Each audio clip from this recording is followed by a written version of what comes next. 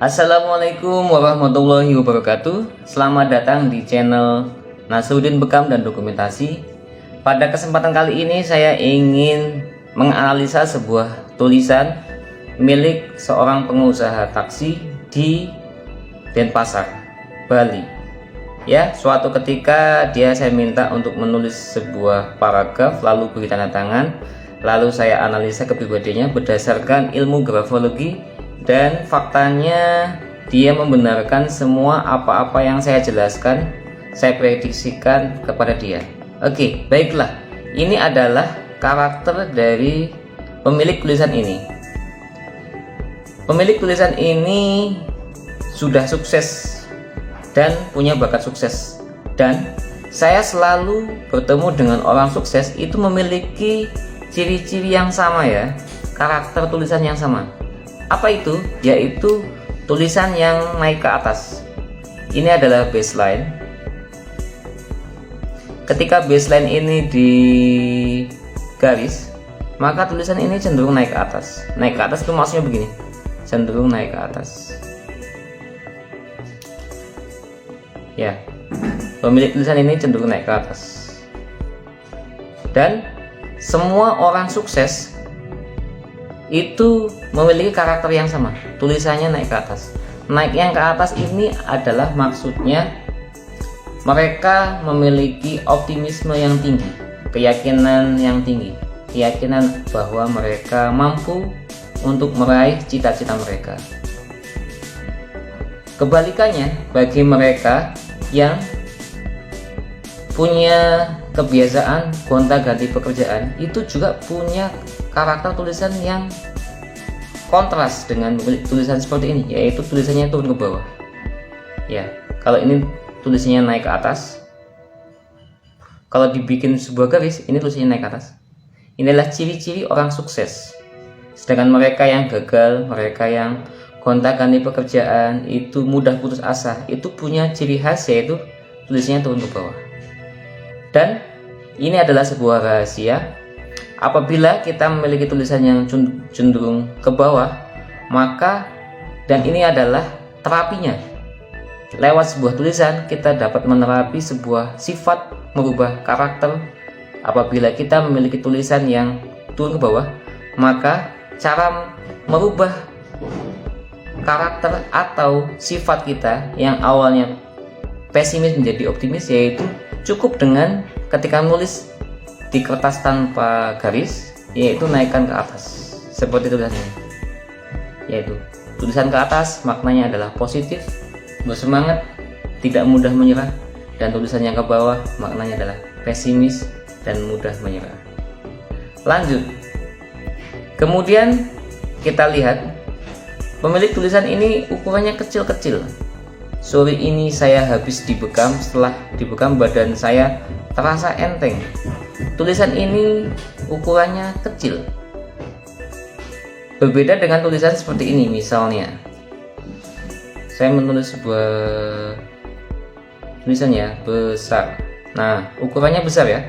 Kalau ini ukurannya kecil, nah ukurannya kecil ini maknanya adalah si pemilik tulisan ini punya karakter konsentrasi yang tinggi, kemampuan menyerap sebuah informasi, ilmu pengetahuan, teori tinggi.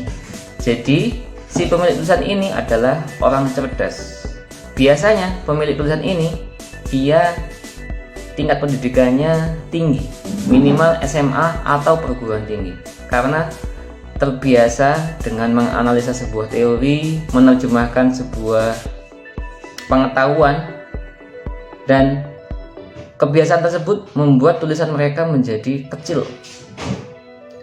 Nah, tulisan yang kecil seperti ini memiliki IQ yang tinggi. Mereka pembelajar, learning by reading, belajar melalui membaca.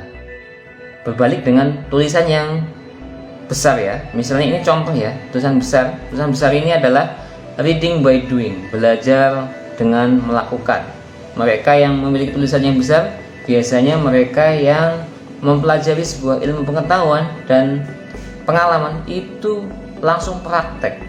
Ya, belajar dengan melihat, mengamati, dicoba, bisa begitu. Dilihat dari tekanan. Si pemilik tulisan ini tulisannya mengambang,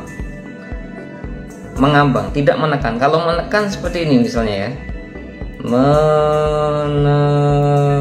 Nah, tulisannya menekan ya. Ini kebetulan pulpennya ini kurang tebal ya. Nah, tekanan tulisan itu maknanya adalah emosi. Si pemilik tulisan ini umumnya memiliki kesabaran yang tinggi, tidak mudah marah. Akan tetapi di sini ada tanda-tanda bahayanya, yaitu kita perhatikan, fokus dengan kata R di sini. Salah peletakan kata sore. Idealnya R ini adalah R kecil, tetapi si pemilik tulisan ini ketika menulis kata sore ini R-nya menggunakan R besar. Nah, salah peletakan huruf dalam ilmu grafologi maknanya adalah memiliki kecenderungan emosi yang tidak logis.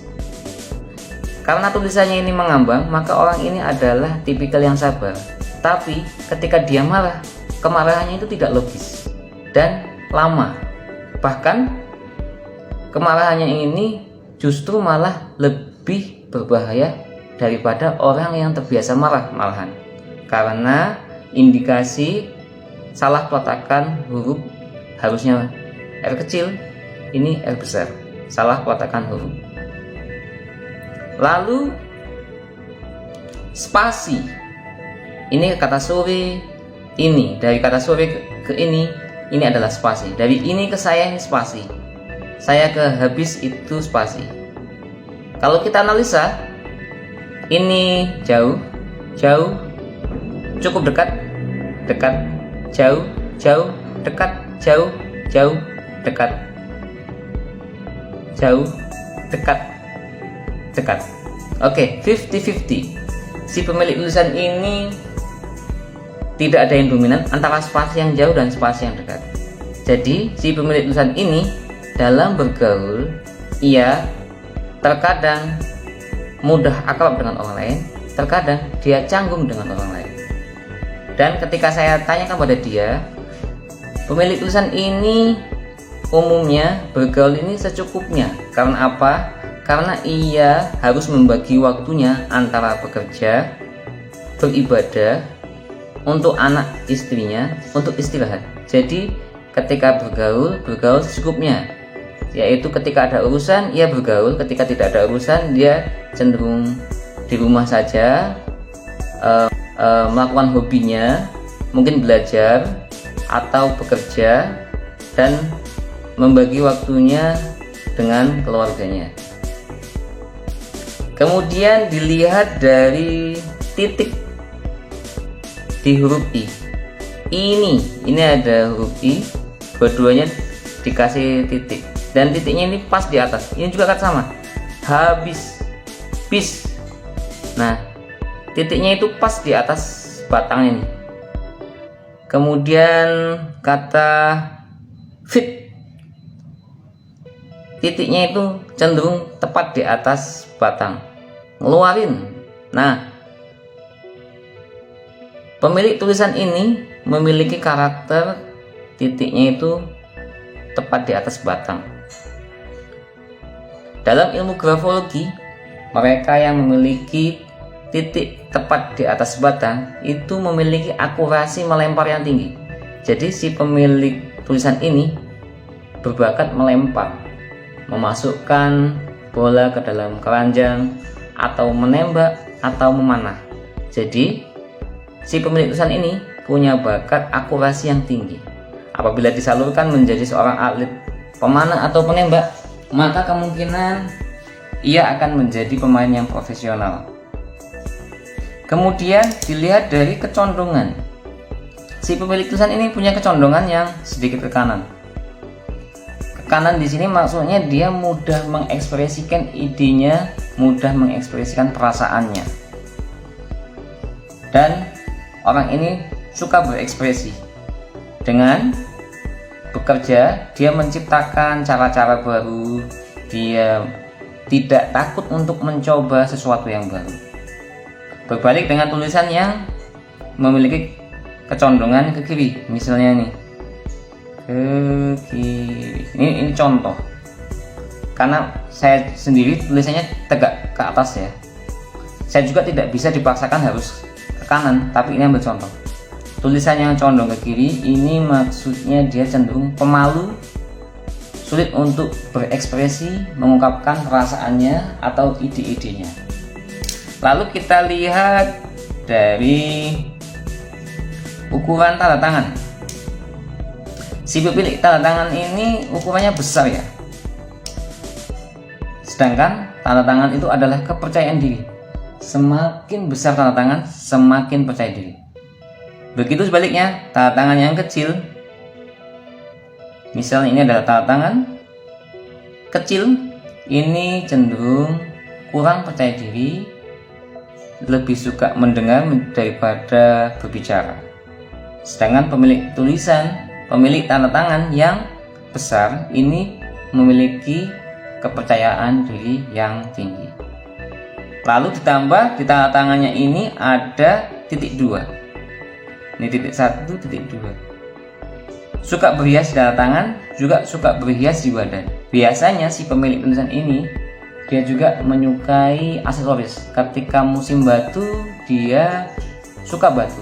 Ketika musimnya bunga, dia cenderung suka bunga, atau menyukai sesuatu aksesoris yang nempel di badan, misalnya punya koleksi jam tangan atau cincin, begitu. Sekarang kita analisa lagi, yaitu masih di tanda tangan. Nah, tanda tangannya itu naik ke atas, tulisannya naik ke atas, tanda tangannya naik ke atas. Tanda tangan itu adalah apa yang ditampilkan oleh wajah.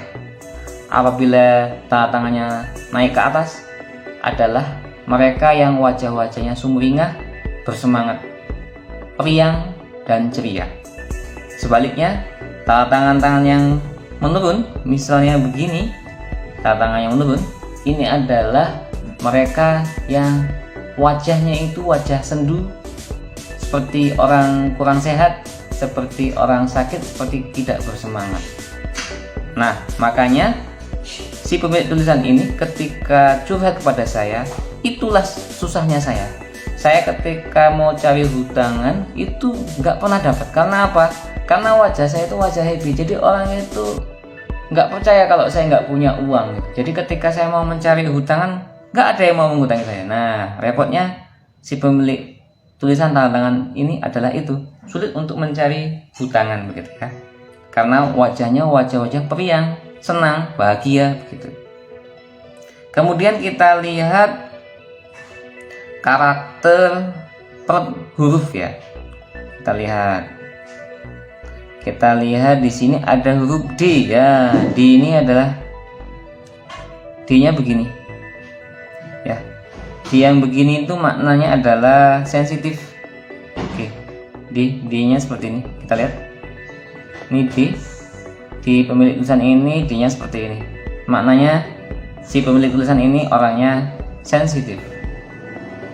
Lalu dilihat dari jarak antar baris. Ini baris pertama, baris kedua, ketiga, keempat, kelima, keenam. Ini jaraknya. Dibilang jauh tidak, dibilang dekat tidak. Baris itu maknanya adalah bagaimana ia membelanjakan uangnya. Kalau jauh itu artinya boros, kalau dekat artinya hemat. Nah, ini jauh tidak, dekat ya tidak. Jadi boros ya tidak, hemat ya tidak juga, begitu. Lalu kita lihat dari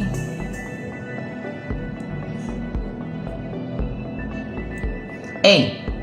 Oke, E-nya ini kecil ya. Huruf E. Fokus dengan huruf ini. Ini E, ini E, E, E. E-nya ini kecil begini.